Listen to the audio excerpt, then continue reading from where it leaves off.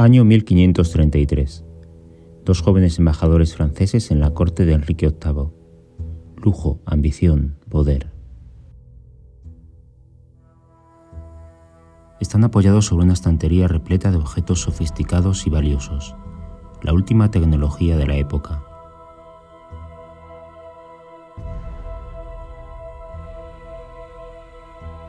Pero más abajo, a sus pies, una incómoda figura invade la parte inferior del cuadro. ¿Qué significa?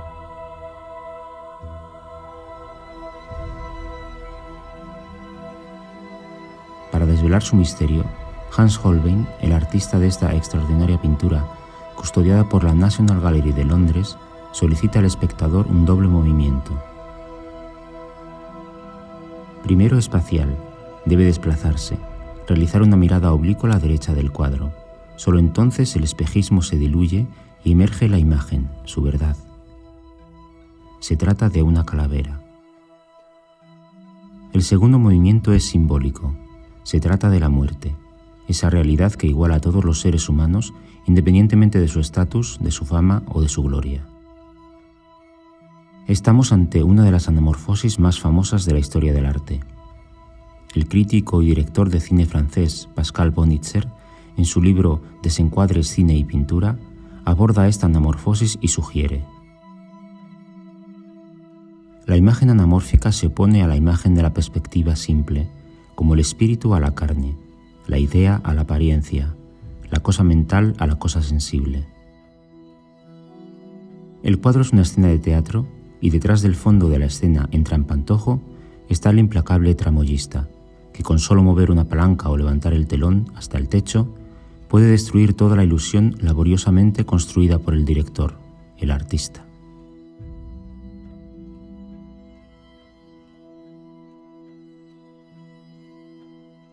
Para Bonitzer, el efecto de la anamorfosis introduciría en la representación primero un desplazamiento del punto de vista que pondría en crisis toda la representación y por lo tanto toda la ilusión. Y en segundo lugar, daría paso a una realidad paralela a la de la representación original, que en el caso de Holbein la trascendería hacia un fuera de campo.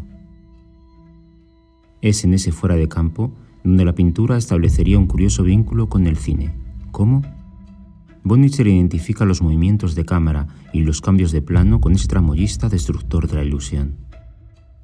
Y propone un caso concreto, un plano de la película Gertrude de Dreyer, ubicado hacia la mitad del metraje, en el epicentro dramático de la historia. De nuevo Bonitzer comenta: consideramos que esta escena resume todo el film y que ese movimiento es su momento más conmovedor, más dramático. ¿Por qué razón? Quizá porque evoca la escenografía de un célebre cuadro, Los embajadores de Holbein, que combina una visión frontal llena de pompa e inducido por la famosa anamorfosis, un movimiento lateral aniquilante. Las anamorfosis demuestran que desde hace tiempo, y quizá incluso desde siempre, tanto la pintura como el cine están estrechamente ligados al movimiento. El punto de vista se desplaza y ese desplazamiento es un desplazamiento del sentido. Y si se detiene en Gertrude, es porque ella es la calavera. Gertrude, en efecto, es un personaje complejo y Dreyer nos lo presenta enigmático e inaccesible, como esa calavera holbeiniana, deformada e incómoda, usurpando el centro de una escena llena de sofisticación y equilibrio. Una mujer en el centro de una encrucijada amorosa sin aparente resolución. Un poeta al que abandonó, su marido, el autor del discurso, a quien no desea, y un músico con quien mantiene una aventura, pero que tampoco la ama en realidad. El movimiento que nos exige Holbein para ver la cara oculta de la realidad, para deshacer el trampantojo, es el travelling que utiliza Dreyer para sacarnos de la escena y llevarnos al abismo de Gertrude. Y todo ello sin necesidad de una sucesión de planos. El genial director danés lo resuelve con un sencillo travelling lateral, es decir, sin echar mano de un complejo montaje.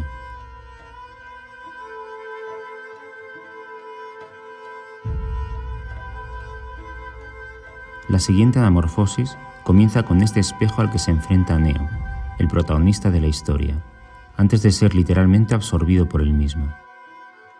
Suerte que comparte con los personajes de Dorothy, que será arrastrada al interior de un gigantesco tornado, y Alicia, que caerá por un profundo agujero.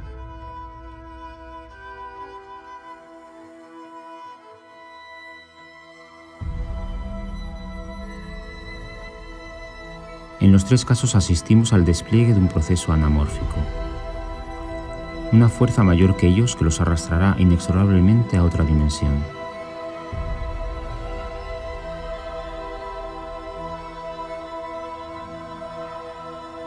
El mundo real que las máquinas ocultaban a Neo y un mundo onírico y de fantasía en los otros dos casos. Estas tres anamorfosis distan mucho de las tesis que plantean Holbein y Dreyer, ya que para su activación es necesario toda una compleja sucesión de planos y efectos especiales. Pero el resultado es el mismo, funcionar como un puente entre dos mundos, ya sea para desvelar la realidad que permanecía oculta, la calavera, Gertrude o la Tierra fuera de Matrix, o bien para sumergirnos aún más en el trampantojo de los sueños de Dorothy y en la imaginación desbordante de maravillas de Alicia.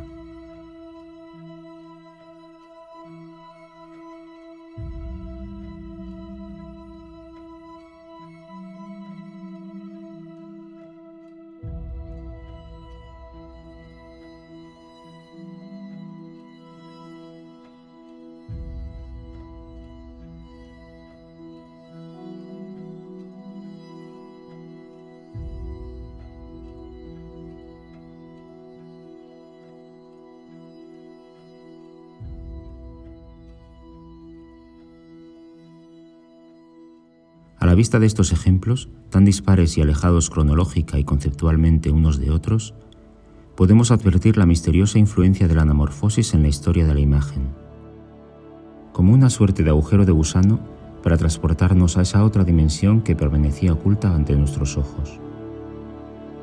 Y finalicemos precisamente en este punto, recurriendo a la famosa singularidad del agujero de gusano en la película de Christopher Nolan, Interestelar, que funciona perfectamente en el esquema de Holbein. Es decir, una anomalía, una distorsión en el espacio-tiempo que nos invita a desencriptarla. Como le sucede también a David Bowman, el protagonista de 2001 Una odisea del espacio, de Stanley Kubrick, que al abismarse en el monolito realizará un vertiginoso viaje hacia lo desconocido.